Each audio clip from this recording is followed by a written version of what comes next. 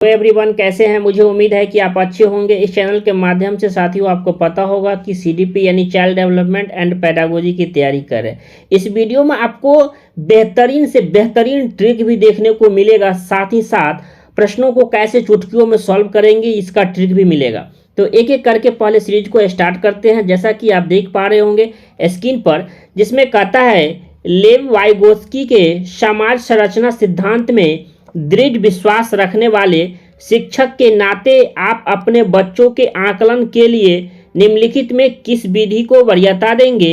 ये देखिए लेव वाइगोत्स्की से साथ ही साथ जीन पियाजे से आपको 5 से प्लस ज़्यादा नंबर आपको देखने को मिलेगा, यानी 25 नंबर में, यानी सीडीपी का जो आपका 30 नंबर पूछा जाता है तो ये 5 नंबर जो है देख पा रहे होंगे यह सिर्फ लेव वाइगोत्स्की और जीन पियाजे से रहते हैं। उससे ज़्यादा भी रहते हैं लेकिन कम से कम 5 नंबर के रहते हैं। तो इसमें क्या कहता है, जिसमें जैसा कि देख पा रहे होंगे लेव वाइगोत्स्की की बात कर रही है और उसमें ये भी बताया गया है सामाजिक संरचना। तो लेव वाइगोत्स्की जो है सामाजिक संरचना की बात करता है। कहता है दृढ़ विश्वास रखने वाले जो टीचर हैं, आप एक टीचर हैं तो दृढ़ विश्वास रखने वाले शिक्षक के नाते आप अपने बच्चों के आकलन के लिए, जब बच्चों के लिए आकलन करते हैं तो किस विधि को वरीयता देंगे। यहाँ से 1 नंबर सेम क्वेश्चन पूछा जाता है प्रत्येक बार। क्या आप सहयोगी प्रोजेक्ट देंगे या मानकीकृत देंगे, ठीक ना, या तथ्यों पर आधारित प्रत्यास्मरण के प्रश्न देंगे, यानी या हमारा वस्तुपरक बहुविकल्पी प्रकार के प्रश्न देंगे।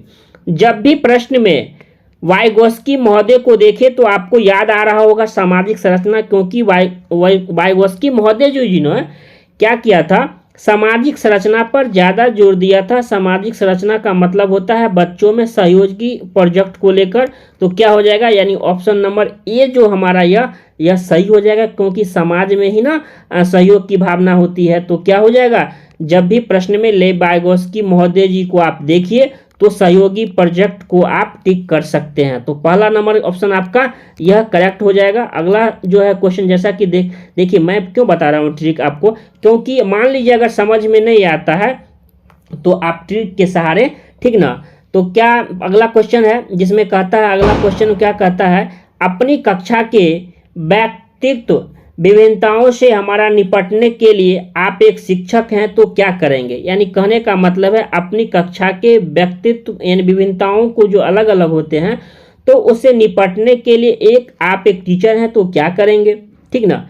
क्या शिक्षण और आकलन के समान और मानक तरीके होंगे। क्या आप सभी बच्चों के लिए क्या आकलन के समान तरीके को अपनाएंगे। नहीं, बच्चों को उनके अंकों के आधार पर, किसके आधार पर कहता है, अंकों के आधारों पर क्या बच्चों को अलग करेंगे या उसे अलग नामित देंगे। नहीं, बच्चों से बातचीत करे, साथ ही साथ उसके दृष्टिकोण को महत्व दे।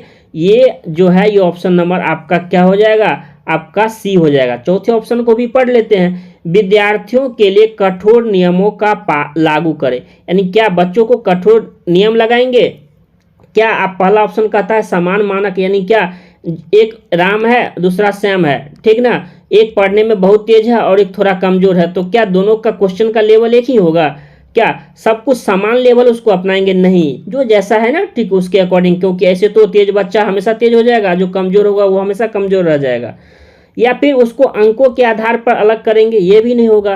तो होगा क्या, उसमें होगा बच्चों से बातचीत करें, क्योंकि आपकी शिक्षा जो है यह बाल केंद्रित है, साथ ही साथ उसके दृष्टिकोण को महत्व दे। तो ऐसे ऑप्शन को आप क्या कर सकते हैं, ट्रिक कर सकते हैं, जिसमें बच्चों की बात हो, बच्चों के बातचीत का अनुभव हो, बच्चों पर जिसमें ज़्यादा से ज़्यादा, क्योंकि आपकी शिक्षा जो है यह बाल केंद्रित है, तो बच्चों के जिसमें ज़्यादा पक्ष की बात होता हो, तो ऐसे ऑप्शन भी सीटेट में देखा गया है कि बहुत बार सही होता है। बहुत बार क्या आप ऐसे क्वेश्चन आपको देखने को भी मिलेगा।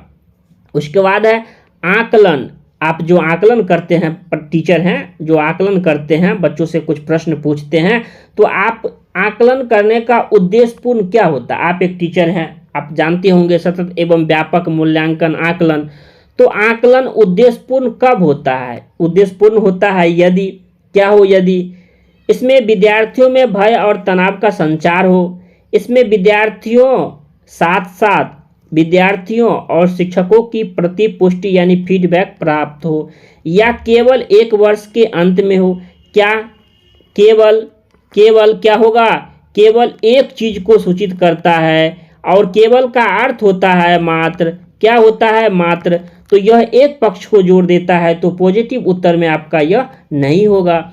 विद्यार्थियों की उपलब्धियों में अंतर करने के लिए तुलनात्मक मूल्यांकन, तुलनात्मक, बच्चों को एक के साथ एक तुलना नहीं कर सकते हैं, तो कर क्या सकते हैं, कर तो यही सकते हैं ना। इसमें विद्यार्थियों साथ साथ शिक्षकों की प्रतिपुष्टि यानी फीडबैक, यानी क्या होता है, टीचर ने कुछ समझाया, यानी टीचर ने टेस्ट लिया, बच्चों को इसमें ये गलती आया, अच्छा ये बी यानी राम को श्याम को ये सभी प्रॉब्लम है, तो क्या होता है, अच्छा इसका क्या हो जाएगा, जब ये जांच हो जाएगा तो फिर इसका उपचार हो जाएगा। यानी कहने का मतलब है विद्यार्थियों के साथ साथ शिक्षकों की प्रतिपुष्टि भी, शिक्षकों की प्रतिपुष्टि क्या होगी, शिक्षकों का फीडबैक ये होगा कि टीचर ने पढ़ाया, कैसे पढ़ाया, बच्चों को कितना समझ में आया, तो ये जो है ये फीडबैक के रूप में काम करता है। तो इस प्रकार आकलन जो है हमारा यह उद्देश्यपूर्ण होता है। यानी ऑप्शन नंबर बी जो देख पा रहे होंगे यह हमारा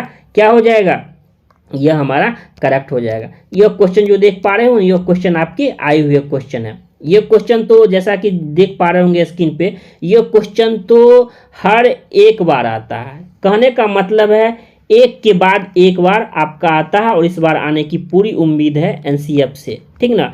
तो कहता है राष्ट्रीय पाठचर्या की रूप से रेखा एनसीएफ, एनसीएफ का फुल फॉर्म ही होता है नेशनल करिकुलम फ्रेमवर्क, यानी राष्ट्रीय पाठचर्या की रूपरेखा। कभी आपसे फुल फॉर्म भी पूछा जा सकता है, तो इसीलिए आप याद रखिएगा एनसीएफ नेशनल करिकुलम फ्रेमवर्क। तो 2005 के अनुसार एक शिक्षक की भूमिका क्या होती है, क्या सत्तावादी होती है, या अधिनायकीय होती है, या अनुमति पूर्वक होती है, या सुविधादाता होती है। तो साथियों आपको बता दो कि राष्ट्रीय पाठचर्या एनसीएफ 2005 के अनुसार हमारा शिक्षक की भूमिका जो होनी चाहिए, किसके अनुसार होना चाहिए, सुविधादाता के अनुसार। बच्चों के अकॉर्डिंग बच्चों को क्या प्रॉब्लम है तो सुविधा देनी चाहिए। आप एक टीचर हैं तो आपकी यह ड्यूटी कर्तव्य बनती है कि बच्चों में क्या कमी है उस कमी को दूर किया जाए। साथ ही बच्चों में क्या मतलब, बच्चों को अगर पढ़ने का भी मन नहीं है तो उसे क्या किया जाए, उसे खेल खेल कर पढ़ाया जाए। यानी बच्चों को कैसे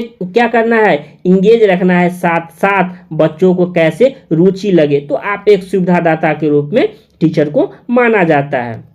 अगला क्वेश्चन जैसा कि साथियों स्क्रीन पर देख पा रहे होंगे, जिसमें कहता है, क्या कहता है, अनुसंधान, आप जो अनुसंधान करते हैं, अनुसंधान सुझाते हैं कि एक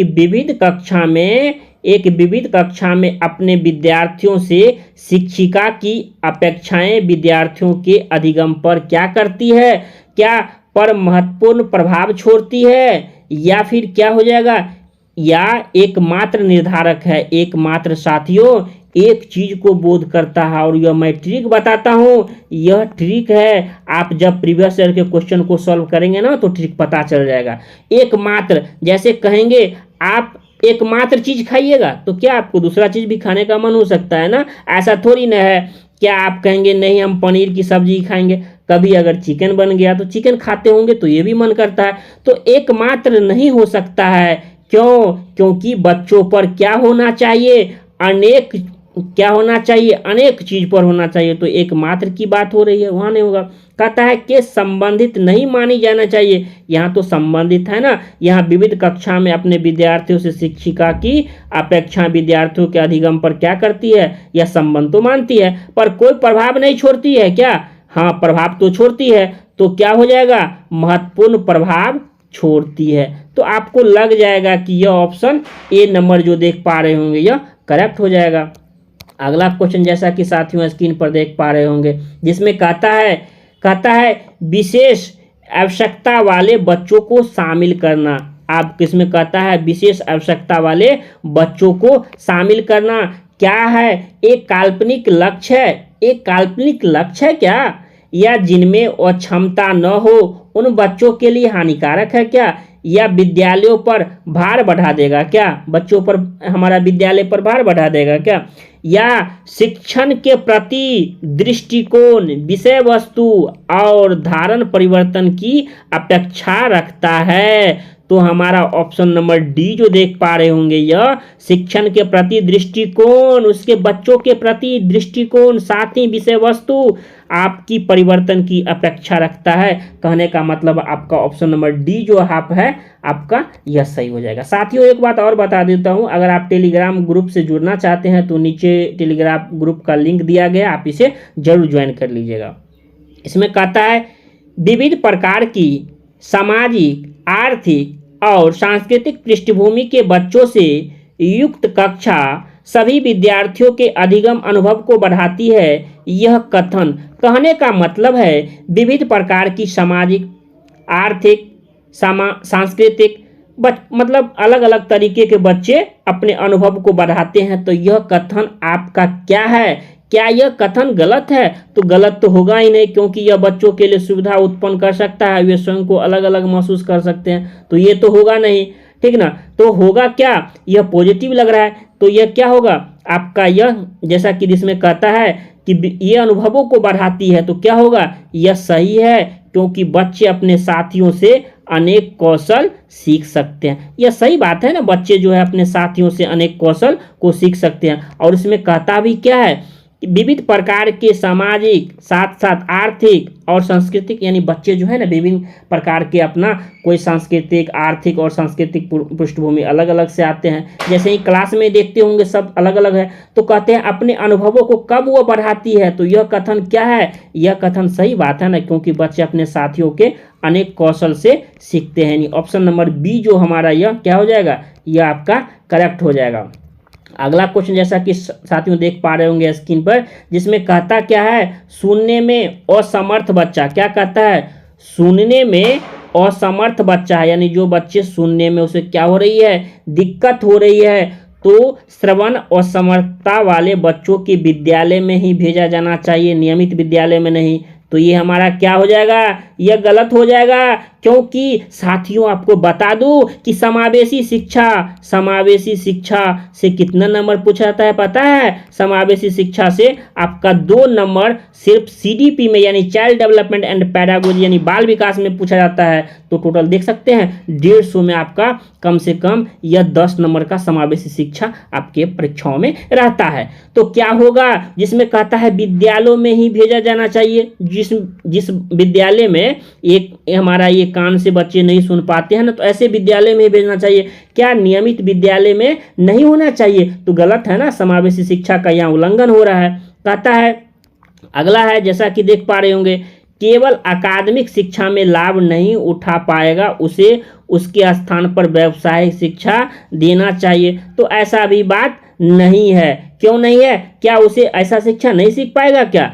तो अगला देखिए, नियमित विद्यालय में बहुत अच्छा कर सकता है। देखिए यहाँ तक तो पॉजिटिव आ रहा है, यदि उसे उपयुक्त सुविधा और साधन उपलब्ध कराया जाना चाहिए। यानी समावेशी शिक्षा का मतलब ही होता है विद्यालय एक होना चाहिए, यदि उसे क्या होना? उपयुक्त साधन, यानी विद्यालय एक ही दीजिए, ठीक ना। तो उसे क्या कीजिए? ऐसा मतलब उसके लिए अलग, जैसे सुनने में असमर्थ बच्चा है तो उसके लिए अलग तकनीकी अपनाइए। ऐसा नहीं है कि आप सुनने में असमर्थ बच्चा है तो आपको ऐसा स्कूल में ही देना चाहिए, ऐसी बात नहीं है। यह समावेशी शिक्षा का उल्लंघन होता है। समावेशी शिक्षा का मतलब ही होता है विद्यालय समान होना चाहिए और उसके अनुरूप बच्चों को क्या? उपयुक्त सुविधा और साधन उपलब्ध कराया जाना चाहिए। तो ऐसे ऑप्शन आप टिक नहीं कर सकते हैं जिसमें एक पक्ष को जोड़ देता हो।